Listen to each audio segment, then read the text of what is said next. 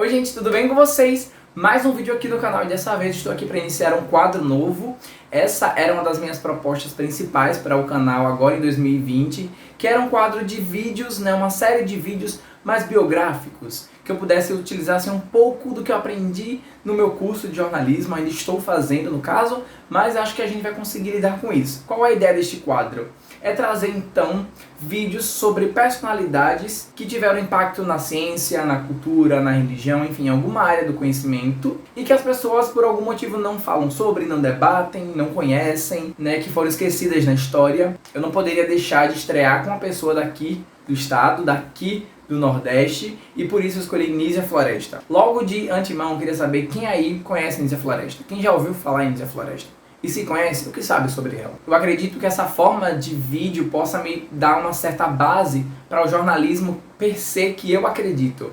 Eu acho que essa é uma das facetas mais incríveis e interessantes da minha área, que é então a de contar histórias e principalmente registrar. Usar o jornalismo de forma crítica, um jornalismo que indaga, que reflete e que também, claro, mostra para as pessoas os lados diversos, Enfim, então eu espero que vocês me acompanhem nessa empreitada agora no ano de 2020. A ideia é que esse projeto seja pelo menos um vídeo desses por mês, então vamos cruzar os dedos e me acompanhar também. Eu faço vários posts sobre esse projeto e sobre os outros também lá no Instagram. Se vocês ainda não seguem, é @canal Junior Costa TV, exatamente igual aqui do YouTube. Então, sem enrolação a mais, vamos para o vídeo. Bom, primeiro eu quero dizer para vocês que eu estou organizando esse vídeo desta forma. Eu irei falar sobre a forma cronológica, sobre a vida cronológica da Nízia, e logo depois irei dar algumas considerações que eu achei interessante. Tudo que eu utilizei para basear esse vídeo, eu vou deixar o link aqui embaixo, Então, foram 4 livros, algumas palestras da Constância Lima Duarte, que é então autora e pesquisadora da vida da Nízia aqui no Brasil, e enfim, tudo que tiver de informação a mais eu vou colocar lá embaixo, então não deixem de conferir os links na descrição. Bom, falando rapidamente sobre a Constância Lima Duarte, ela que foi então a organizadora deste livro principal, que me deu todo o embasamento para poder construir esse vídeo, o Vida e Obra. Ela foi uma pesquisadora, graças a Deus ela ainda está viva, uma pesquisadora da UFMG, mas que se tornou professora da UFRN, Universidade Federal do Rio Grande do Norte. E ela teve como principal ponto de motivação para pesquisar a vida da Nízia a vontade de entender como uma mulher que sai do interior do estado do Nordeste e ganha o mundo. Bom, nascida em Papari, no ano de 1810, nasce então Dionísia Gonçalves Pinto, ou a famigerada Nízia Floresta. O pai dela foi um português, um advogado, e a sua mãe, ela tinha, como eu posso dizer, condições de terras. Eles eram bem abastados, E a sua família nunca foi muito estática, eles sempre estiveram indo de um canto para o outro, moraram no Recife, moraram em Porto Alegre, Rio de Janeiro, enfim, estavam sempre por ali. Bom, desde sempre Nízia foi uma garota muito sonhadora, muito observadora, crítica, e ela vai moldando essa sua personalidade ao longo do tempo. Algumas coisas que são necessárias de colocar aqui nesse vídeo para vocês é que muitas informações entre os períodos que a Nízia viveu, não temos registros, porque se perderam no tempo, ou que a própria pesquisadora, a Constância, não conseguiu não conseguiu encontrar, porque realmente são coisas muito antigas e que foram se perdendo, enfim, algumas queimadas, porque aconteceu isso. Bom, a Nízia, ela tem uma filha, que é a Lívia Augusta, que no futuro acaba se tornando a sua tradutora pessoal. Ela acaba também trabalhando com revisão de textos, enfim. Não se tem registros após a morte da Nízia, se a Lívia, enfim, deu continuidade ao trabalho da mãe de ser escritora, a gente não sabe. Mas ela já tinha uma certa intimidade com a parte dos textos, Em 1830, a Nízia vai acabar trabalhando então para um jornal tipicamente pernambucano, chamado O Espelho das Brasileiras. E esse jornal, ele era então escrito por mulheres, mas que tinha ali uma certa, como eu posso dizer, um certo direcionamento masculino, como sempre, Só que desde aquela época, já muito novinha, eu acho que ela tinha mais ou menos 20 anos, ela começa a escrever textos que vão se destacar dentre aquelas mulheres ali, e sempre textos com cunho crítico, porque ela sempre foi, então, uma pessoa voltada para as letras. Em 1832, ela vai publicar este livro aqui, que eu consegui inclusive na biblioteca da minha faculdade, Direito das Mulheres e Injustiça dos Homens. E aqui começa então a grande vida e obra da Nízia Floresta. Esse livro é uma tradução livre de um livro de uma autora inglesa chamada Mary Wollstonecraft. ela escreveu um livro chamado Reivindication of the Rights of Women. E obviamente ela não tinha como, né, no caso Anísia, traduzir ao pé da letra, porque este livro dessa autora britânica falava sobre o feminismo que estava rolando na Inglaterra. Só que obviamente, se comparar com o Brasil, eles estavam muito mais à frente. Então, Nízia, ela resolveu adaptar as ideias desta autora no livro e fez a sua versão brasileira. Então, os problemas, os encalços que as mulheres estavam passando aqui no Brasil, ela coloca então neste livro. É um livro assim que eu, um leitor do século XXI, 2020, fiquei chocado com muita coisa aqui, levei vários tapas na cara sim, obviamente, né, porque ela está falando aqui para um público feminino, para as mulheres, criticando os homens, obviamente, né. Então nesse livro aqui a gente já começa a ver uma maturidade na escrita da autora desde muito jovem. É um livro que fala a todo momento, indaga para os homens, né, sobre essa coisa que rondava elas de que homens eram naturalmente superiores a mulheres. Então Nízia já criticava essas ideias, né, que eram perpetuadas ali na sociedade brasileira, partindo da ideia de tipo assim, como é que a gente é inferior a você, sabe? Então, quais são os argumentos? Como é que você prova por A mais B que isso realmente é verdade? Óbvio que ela recebeu diversas críticas, como todos os trabalhos que ela fez, mas enfim, aqui começa a sua grande história, né? Em 1833, a Nízia vai acabar tendo então seu segundo filho, né, o Américo, e ele vai acabar recebendo esse nome Américo Augusto devido ao seu esposo, o seu segundo companheiro, porque Nízia teve então um primeiro relacionamento quando ela era muito nova, quando ela tinha de 13 para 14 anos, e obviamente que não deu certo, né? E aí ela acaba se relacionando com um acadêmico de direito um tempo depois, que acaba sendo o seu segundo e último marido, né? Como eu falei que a Nízia, ela sempre foi uma mulher e, enfim, dentro da sua família, que sempre estava se locomovendo, ela acaba indo nesse período para o Rio de Janeiro. E aí, em 1838, o Jornal do Comércio acaba, então, noticiando sobre o surgimento da escola que a própria Nízia vai dirigir, né? Que é a Escola Augusto, uma escola feita apenas para mulheres, né? Enfim, para meninas, e elas davam então disciplinas de latim, de grego, alemão, italiano, enfim, bordado, esse tipo de coisa, que era o que era, né, passado para as mulheres na época, mas com um diferencial crítico, né? Enfim, em 1842 ela vai acabar escrevendo um livro chamado Conselhos à Minha Filha, e esse livro ele é considerado um dos que mais, obtiveram reedições, né?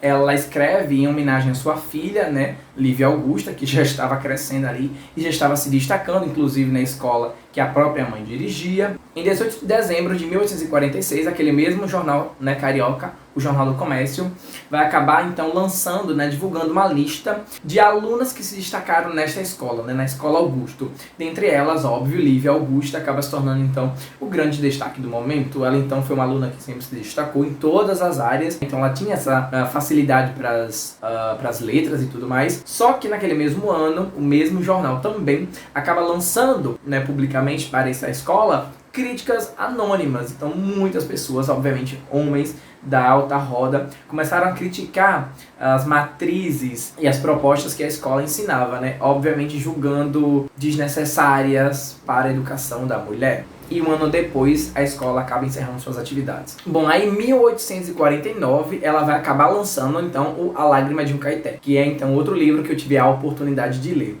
Esse livro aqui, que é escrito assim, em versos, enfim, é um livro que vai, então, pegar uma fase onde o Brasil estava vivendo a primeiro período do romantismo, né, a fase indianista. E a Nízia estava escrevendo de uma forma, de um olhar diferente que os autores homens estavam tendo naquela época. Enquanto os homens lá, como Gonçalves Dias, estavam escrevendo como o índio era o grande homem selvagem, um grande bom selvagem que representava as terras tupiniquins e que aquela coisa toda, sendo um grande hipócrita, Nízia já trazia um olhar crítico. Nízia estava mostrando a versão do índio que estava morrendo, que estava perdendo a sua identidade, que estava perdendo a sua tribo. Enfim, então são coisas que ela vai acabar colocando aqui nesse livrinho, que é assim, ele é pequeno, poderoso e muito triste. Bom, em 1850, a Nízia Floresta vai acabar então publicando o livro chamado Dedicação Amiga. Esse é considerado o primeiro romance escrito por uma norte-riograndense, né? E eu fiquei muito feliz, é um orgulho mais uma vez ter a Nízia Floresta ocupando um local de destaque na literatura, né? Aqui, principalmente hoje, neste vídeo, já que eu acho que ninguém sabia dessa informação. Bom, e vocês, óbvio, conseguem perceber que, enfim, ela estava escrevendo Lágrima de um Caeté, direito das mulheres e injustiça dos homens. Claro que as coisas não iam ficar barato, né? E aí, como estávamos vivendo na época da corte portuguesa no Brasil ainda, o clima não estava muito legal. Várias revoltas estavam pipocando pelo país, a revolta praieira em Pernambuco, aí teve a Farroupilha ali no sul. A Anísia Floresta acabou transitando por esses locais e lógico que ela não estava agradando os homens que estavam lá no poder, certo? Ela estava apontando o dedo na cara os defeitos e os erros nos quais eles estavam inserindo. Toda a sua literatura, ela foi cercada de um ponto de vista honesto para com aquelas pessoas, né? Então, ela é considerada, inclusive, uma autora abolicionista, juntamente com Firmina dos Reis, se não me engano, mais outras mulheres, enfim. E aí é nessa época de confusão toda que ela acaba, por recomendação, né, do médico, porque o seu filho acaba ficando doente, ir para a Europa. Então é uma das primeiras vezes que ela acaba indo para a Europa, passa um tempo lá e acaba conhecendo quem? Augusto Comte. Sim, que foi então um dos grandes positivistas de sua época.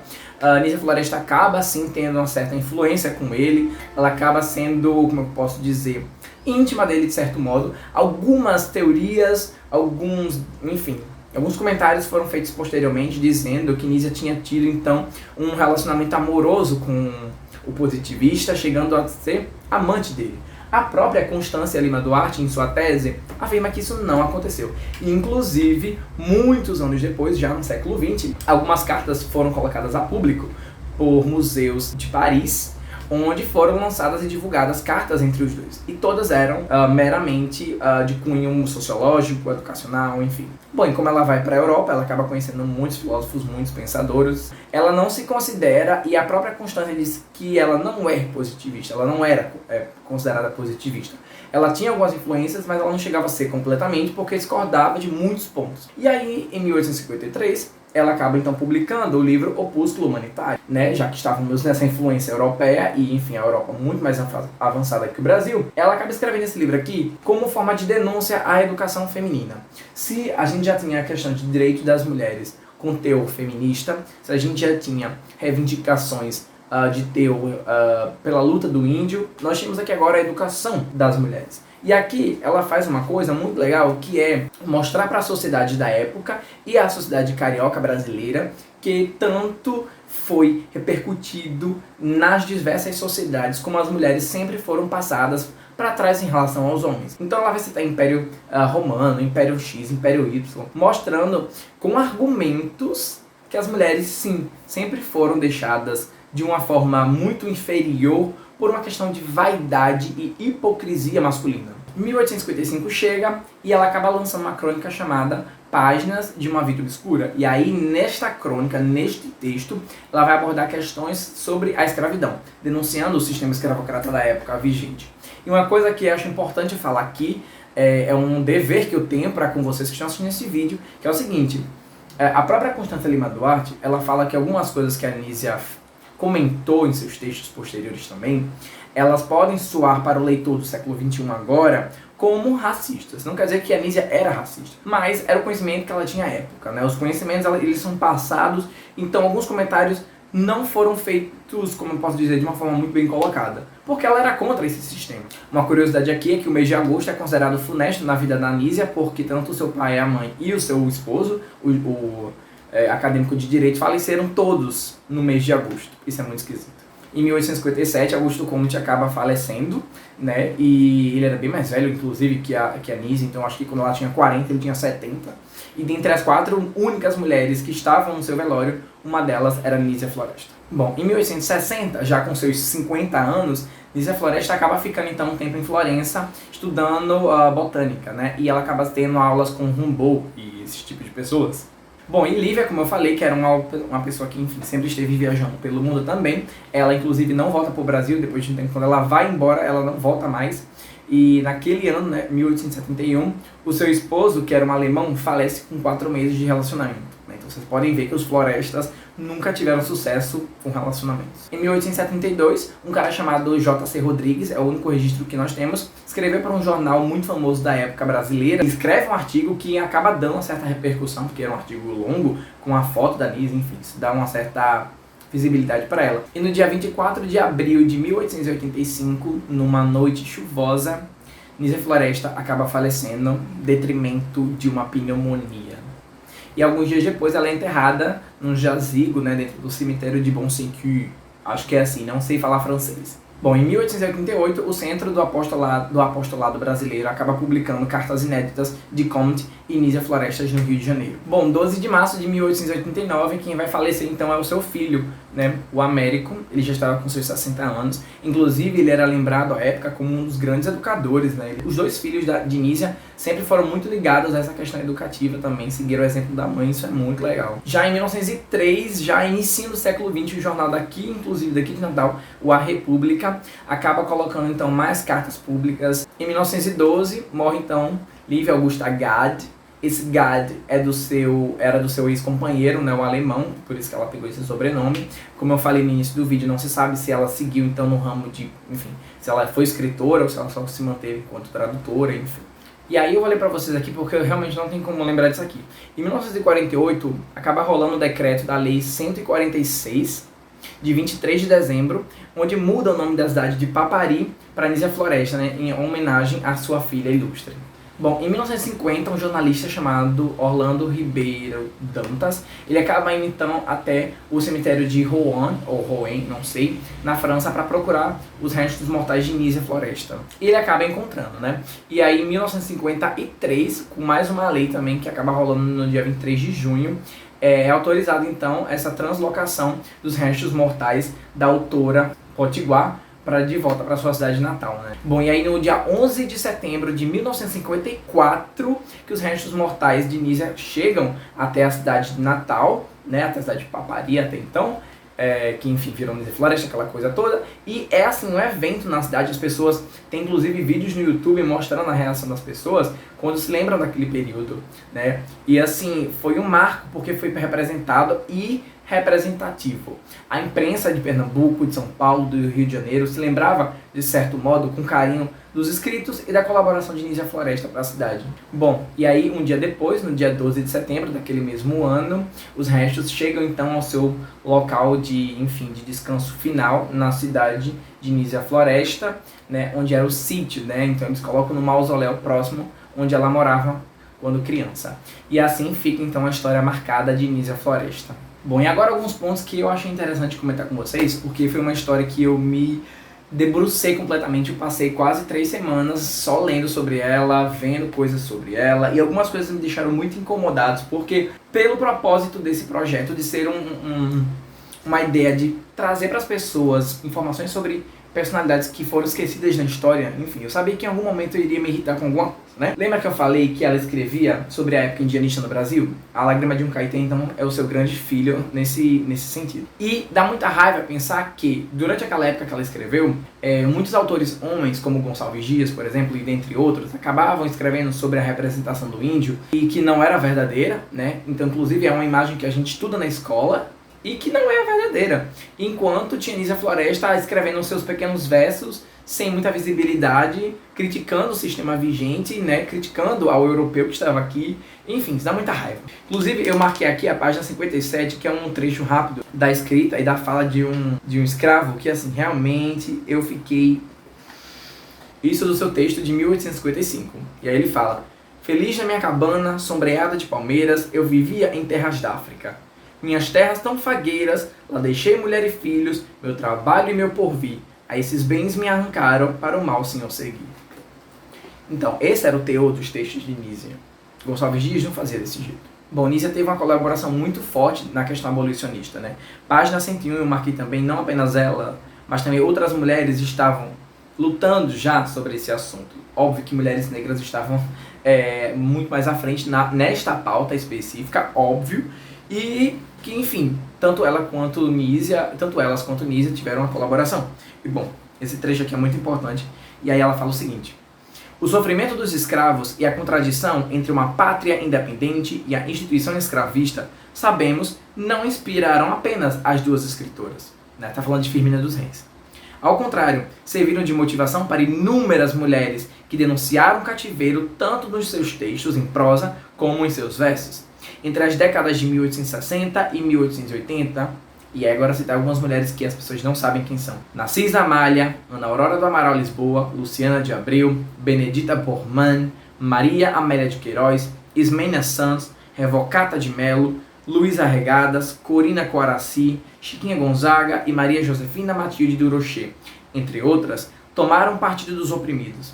Essas mulheres participaram ativamente da campanha abolicionistas, umas publicando textos em suas defesas, outras promovendo festivais artísticos filantrópicos ou dirigindo clubes e sociedades de caráter abolicionistas. E aí chega agora essa frase que é realmente, apesar do empenho das autoras ou das projeções de seus trabalhos alcançarem na época, nenhuma das publicações logrou obter o reconhecimento da crítica, permanecendo hoje em dia inteiramente desconhecidas.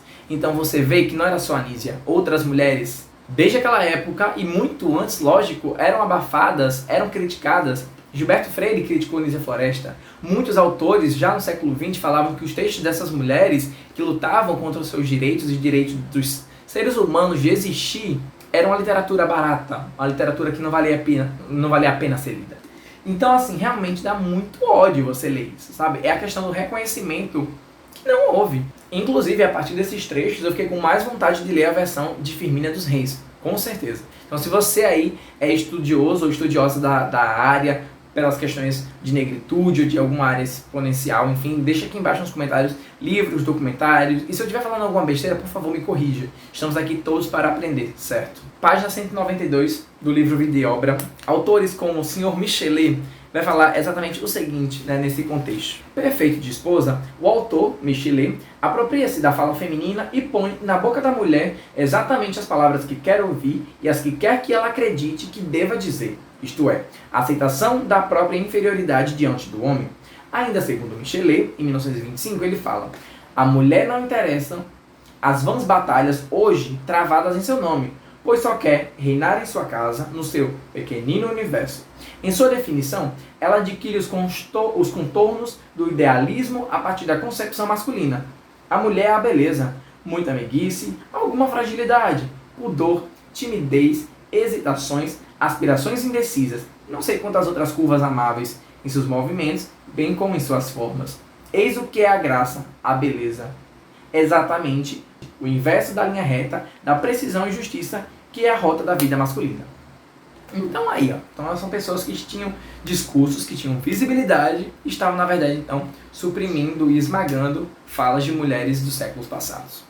Mas enfim, dentre todas as informações que eu absorvi, que eu li, que eu me debrucei sobre a vida e obra da Anísia, foi muito interessante saber como ela foi uma mulher que teve um impacto muito grande na educação brasileira, que esteve à frente do seu tempo, que é considerada por muitos historiadores como a primeira feminista do Brasil, por ter traduzido o livro da autora britânica, por ter abordado desde sempre, com muita honestidade, muita sinceridade, o que ela queria passar, né? Nos seus textos de viagens, que ela teve muitos textos, né? Ela publicou por volta de 15 livros, dentre eles as experiências que ela teve na Europa. Ela se lembra muito da sua infância, da sua época no sítio Floresta, né? E uma coisa que me deixou muito triste assim foi quando ela começa a falar que ela gostaria de ver um futuro com esperança para as mulheres, um futuro com esperança para aqueles que sempre foram oprimidos por um sistema patriarcal e machista. Enfim, Nízia Floresta foi uma autora, jornalista também, teve um papel assim grandioso na imprensa, contista, cronista, educadora, mãe